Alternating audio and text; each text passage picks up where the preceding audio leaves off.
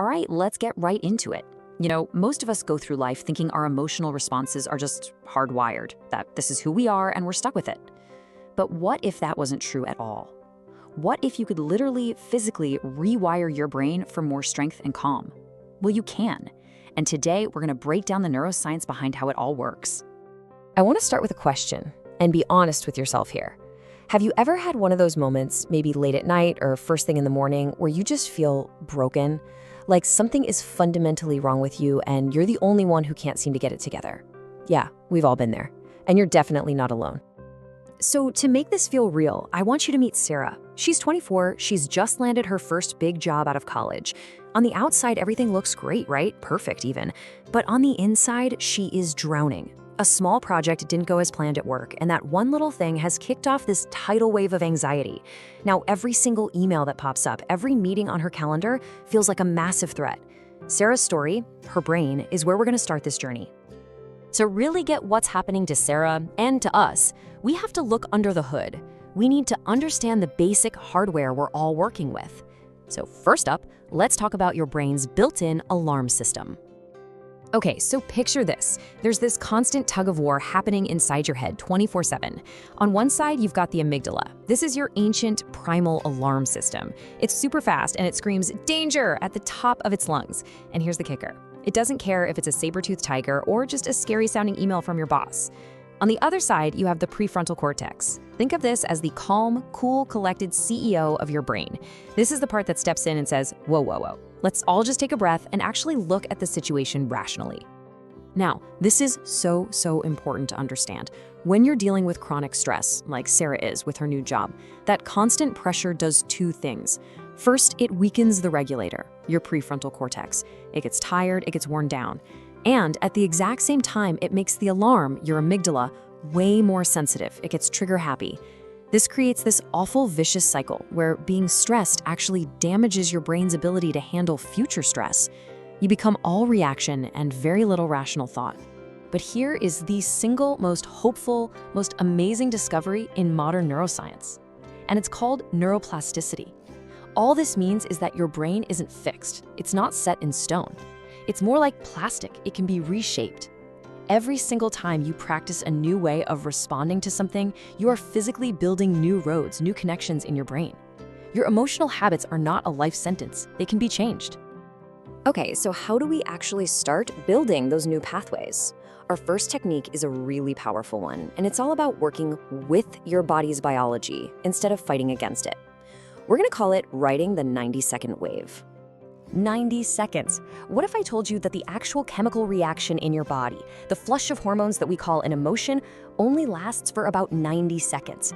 This incredible discovery comes from a brain scientist, Dr. Jill Bolt-Taylor, and honestly, it changes everything. Just let that quote sink in for a second. The initial biological cascade of anger or fear or anxiety, it's over and done with in a minute and a half. Dr. Taylor's work shows that any suffering we feel after that point comes from our own minds. It's our thoughts replaying the story, chewing on the injustice, that keep re-triggering that same chemical response over and over and over again. We are, in a way, choosing to stay stuck in that loop. So how do you actually do this? It's a really simple three-step process. First, the moment you feel that big emotional surge, just pause. Just notice, oh, okay, here it is, anxiety is here. Second, and this is the key, instead of getting lost in the story your mind is telling you, bring all of your attention to the raw physical sensations in your body. Is your heart pounding? Is your throat tight? Or your hands clammy? Just observe it like a curious scientist with no judgment. And third, just write it out. Trust that if you don't feed the fire with more thoughts, that wave of pure physical sensation will crust and pass in about 90 seconds. So riding the wave helps us manage the body's immediate chemical reaction. But what about the thoughts, the stories that keep that emotional fire burning for hours or even days?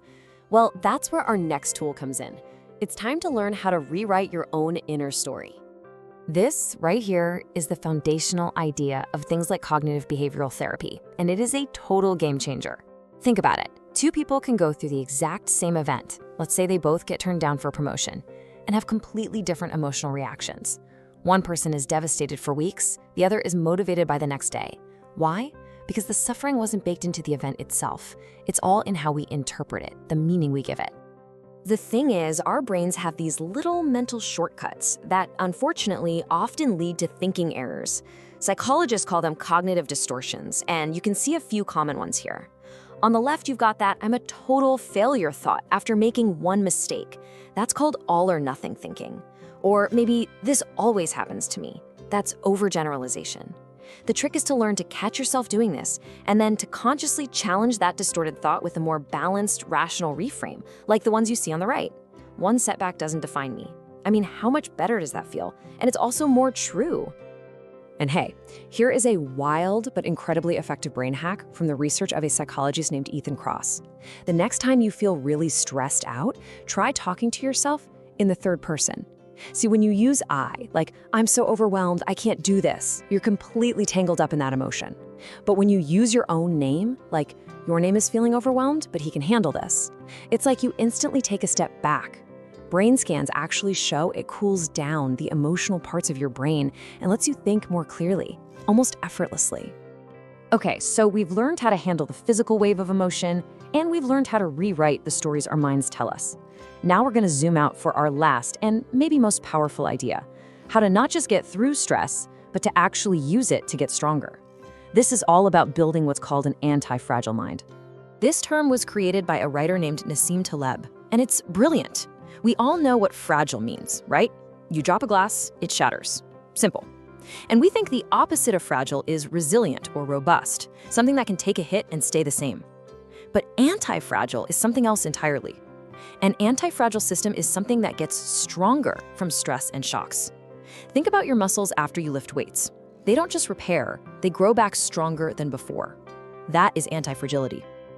And that right there is the ultimate shift in perspective. The goal is no longer just to endure hardship, to grit your teeth and survive. The goal is to use that hardship as fuel. Those challenges, those failures, those moments of crippling anxiety, they aren't just things to get through. They are the raw material you can use to build a stronger, wiser, more capable version of yourself. So how do you actually do that?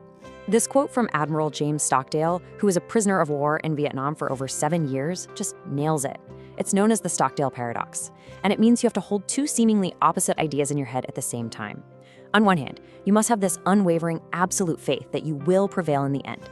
And on the other hand, you have to be brutally honest about how difficult and painful things are right now.